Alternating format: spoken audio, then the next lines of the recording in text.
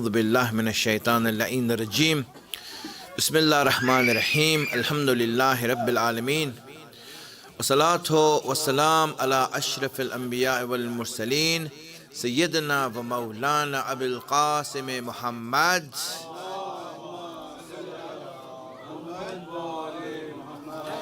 وعلى آله الطيبين الطاهرين المعصومين سيما بقية الله العظم روحي وأرواح العالمين له الفداء رب اشرح لي صدري ويسر لي أمري واحلل عقدة من لساني يفقهوا قولي. Now, when it comes to life, life is three-dimensional. There is the length of life, there is the height of life, and there is the width of life. Allah, in lengthwise, divided life into two parts. One is a small part that is in this dunya. We live here in this dunya. In the Quran, this is known as Hayatud Dunya. Hayatud Dunya, or the life of this world, of the world. And then the next stage, or the next part of our life, which is after death, which Allah calls Akhirat, or Hayawan, meaning the real life. So these are the two, Allah divided in two parts. But when you look at the two parts, we see that yes, the life of this world is only a few years. That's it. But in order for you to gain the Akhirat, everything, what you make of yourself in the hereafter, is based on here. And that's where the importance of this life comes from. Why is it important? Because you can only make anything that you want to be in the hereafter here, in this world. And in these few days and few years that you have, you can make whatever you want to be. So Allah gave you a free pad with markers, paintbrush, to paint your own self that is going to be there for eternity, forever. And now from here we understand how important every minute here is in this world. So now everyone who wants to now do anything should be looking at this way, should be thinking of this, that if I do this, how will this help and how will this harm my real life? If a person starts thinking like that, then he will understand that, you know what? Sitting in a gathering of ghibat is wasting my time and also harming my hereafter. Or doing something haram is wasting my time and harming my life. You know, it's right? There's no doubt about that. Allah made it haram because it's harmful to us. Allah made all the haram things. He made it haram for us, not because, for example, He knows that it's good for us and He just doesn't like us, you know. He says, no, you can't touch it, No, the reason Allah did it, there's wisdom behind it, is because it's harmful for us.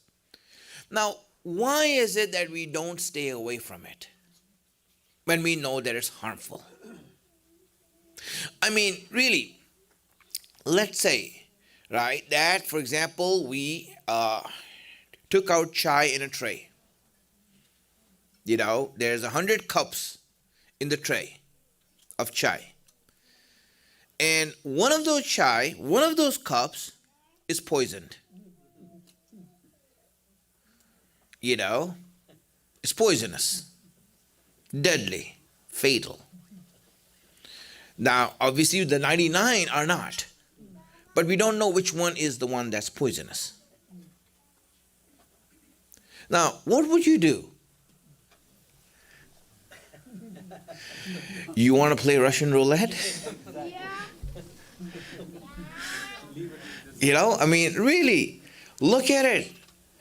Even if there's a small chance of harm, we will avoid it.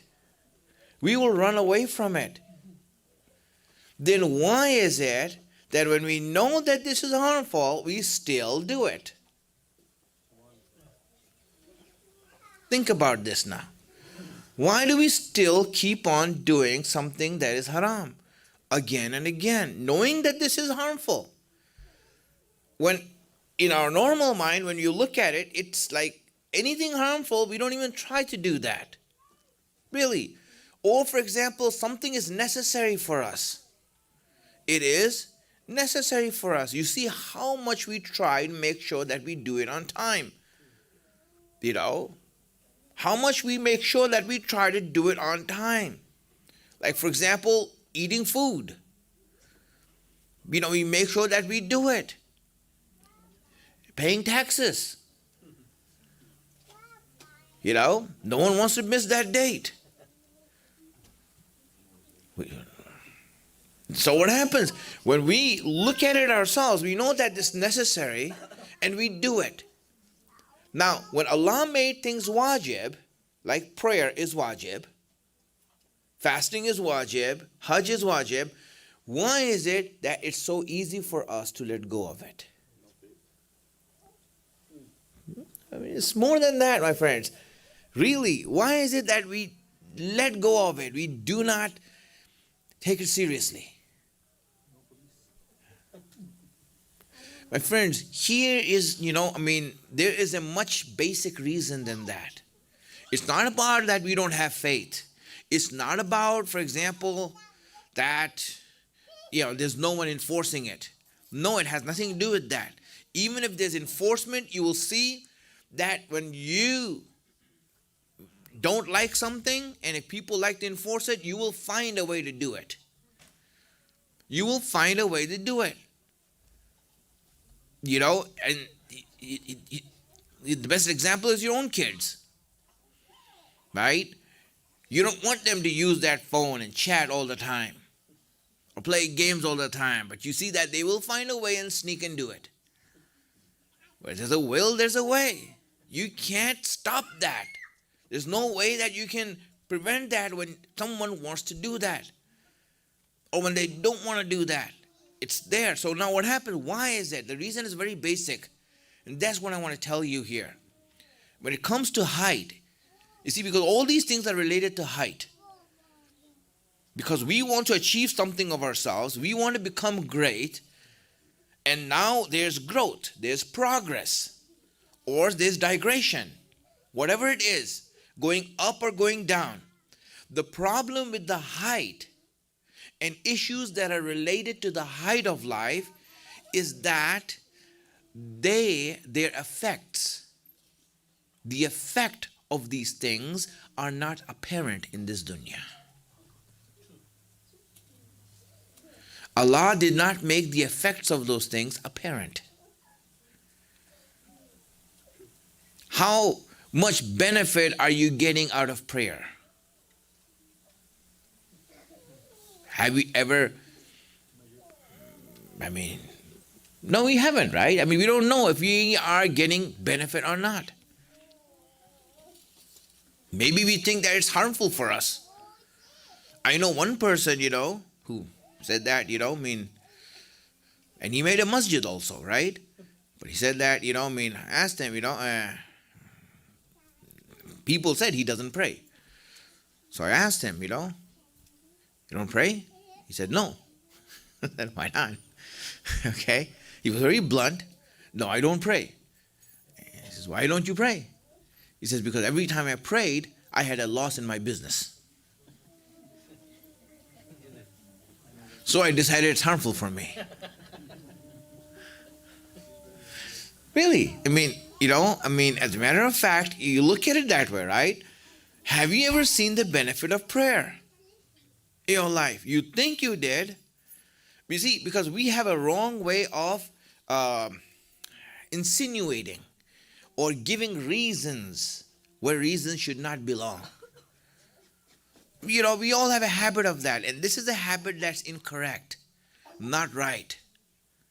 Even in, for example, in good things, for example, you say, you know what? I got a job, right? Maybe you found a job. Then what happens? You know why I have it? I have it because of, you know, I did this or I did that good or this happened, that happened. Why are you giving reason to that? Why are you trying to give reason to that? There's no need to it. That's exactly how we get into ignorance. When we start giving reasons when reasons don't belong. And out of our own hunch and intuition, we say that, you know why this is happening? It's happening because of this reason. You know? Like, for example, if rain happens, if I say it's rain, it's okay, it's raining. But, if it rains on Ashura, it's Allah's mercy. What? I think it has more to do with the clouds. Anything else, right? It's how Allah made the system. Why are we giving reason to this? Why are we trying to give reason to this? That's how we get into ignorance. Right? Jahiliyat is this, that you start giving reasons to where reasons doesn't belong. And we start giving reasons to things. Why are you giving reason to that? There's no need for you to give reason. Allah didn't ask you to give reason to these things. Don't try to think about things why Allah did it. Why Allah could have done it for a billion reasons. A billion reasons. The only place we give reason is when that reason is mentioned by Allah or Ahlul Bayt. That's the only place we say this is why it happened. Why? Because Imam Ali said so.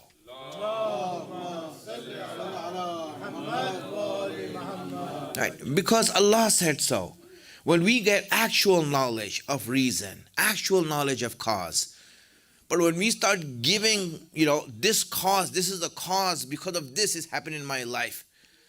I'm happy, I have this because I'm Shia.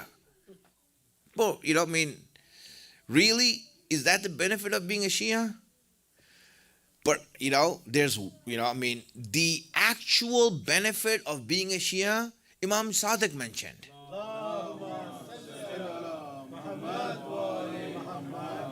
Yeah, Imam Sadiq mentioned that. He said that, for example, a person who wanted to become a Shia, he came to Imam Sadiq and said, I want to be your Shia. I want to be your Shia. Right? So Imam Sadiq gave an effect of being a Shia. He says, well, if you become Shia, then you will have pain in your life. And you'll have suffering in your life. So suffering is a part of being Shia. So there you go. That's reason. So now you can say that, yes, I'm going through suffering because of Ahlul Bayt. You can say that. Imam Sadiq said it. And hence we can say it also. But to say that, I have this because I'm this, how do you know? And this is the problem that we have all the time. My friends, Allah did not make the effects of the height of dunya apparent in this world. He did not make it apparent. One of the things to understand is that when you pray, you don't see any effect in you. When you do something haram, you don't see any effect in you. There's no effect in you that you will see, oh, this is happening because of this reason. This is happening because of this reason. You don't see that effect in you. You don't see the influence in you. You don't see the things that are happening in you. Why? Because if Allah had kept those effects, then they will lose value. Haram will lose value. Wajib will lose value. It will lose value. Allah made, for example, prayer wajib. Now, if every sajda that we make, right, let's say $1,000 appears next to the sajda. Tell me, will you stop praying?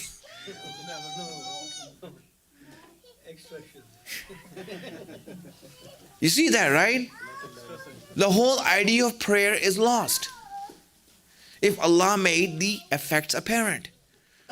If, for example, every time you say or do ghibat, your nose starts growing 2 inches longer. or a wart appears on your face, you know, would you do it? You won't do it. It will lose value. You know, really, Allah kept these things hidden from us. He kept the effects of our height hidden, so we don't know what our height is. We don't know how far we are going or how backward we are going. And that's why the only thing is just to go on, just to go on, just to go on trying. That's why some attributes are really important. Trust, determination, not giving up. In fact, if you look at it, one of the only things that Allah says is the worst thing that you can do, the worst thing you can do that Allah says is La taqnatu min rahmatillah, that you become hopeless of Allah's mercy. Why did you become hopeless of His mercy? What, you thought that He's going to leave you alone? He's not going to look after you? You don't think that you're His creation? That you're adopted? Really, I mean, when Allah created you, creation is worth a lot. Being a created being, being the creation of Allah is a lot more than being children.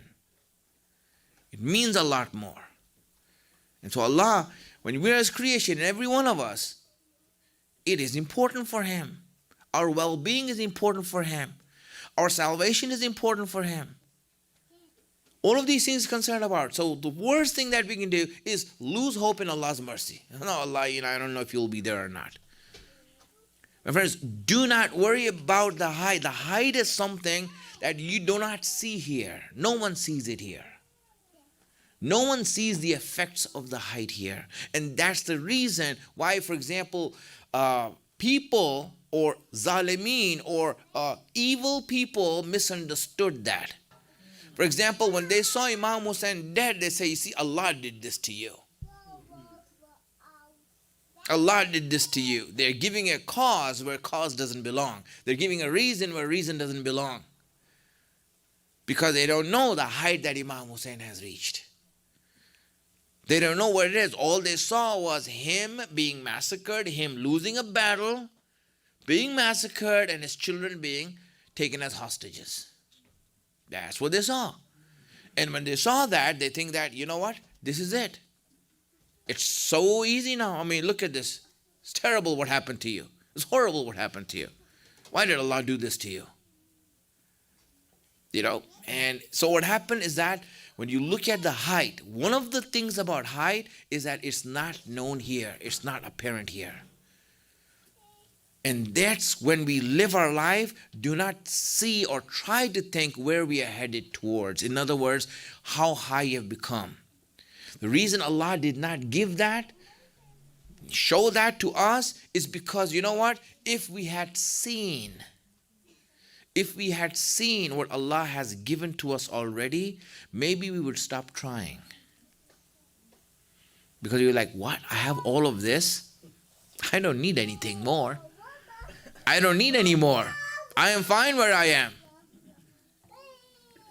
Really, let's say, for example, here's what happens. How many of you will go to your work if you win the lotto? I won the lotto, but I still want to work 9 to 5. Here I am, being your slave boss. I love you. Come on, no one's going to work. The first thing they do is say, I quit in your face. That's it. I mean, really. And that's the point. If Allah showed us what we are already, then we'll stop trying. We'll stop trying to grow. Allah wants us to go higher than that. That's why He doesn't show how far you have reached, how much you have done. We haven't understood. And that's why we need to look at it that way. So the first thing, one of the characteristics about the height of life is that it's not known here. And Allah kept it that way in order that we can just go on and strive harder and do not lose that motivation that we have, that we are going to become great. And then when Allah actually gives it to us, here's the thing. When Allah gives it to you, every mu'min will be in a state of shock. Everyone will be in a state of shock. Allah, all of this just for me? Everyone will be in a state of shock. You know? I mean, He has that quality inside of Him. Allah has that quality of amazing people, of just bewildering them, just making them like, wow, you are so generous. You are so generous. That's what Allah is all about. He is greater than whatever we can imagine. And have trust in that. And that's why when we live our life, the height of life is what causes motivation, and also what causes us, brings us determination to keep on going. Make sure that we keep on going and strive harder. I ask Allah subhanahu wa ta'ala to give us the tawfiq and the blessing to be on the right paths, the wisdom to understand His guidance, hasten the reappearance of our Imam, make us His helper when He comes. Wa akhiru da'wana anil hamdulillahi rabbil alameen. Salawat ala Muhammad wa alayhi.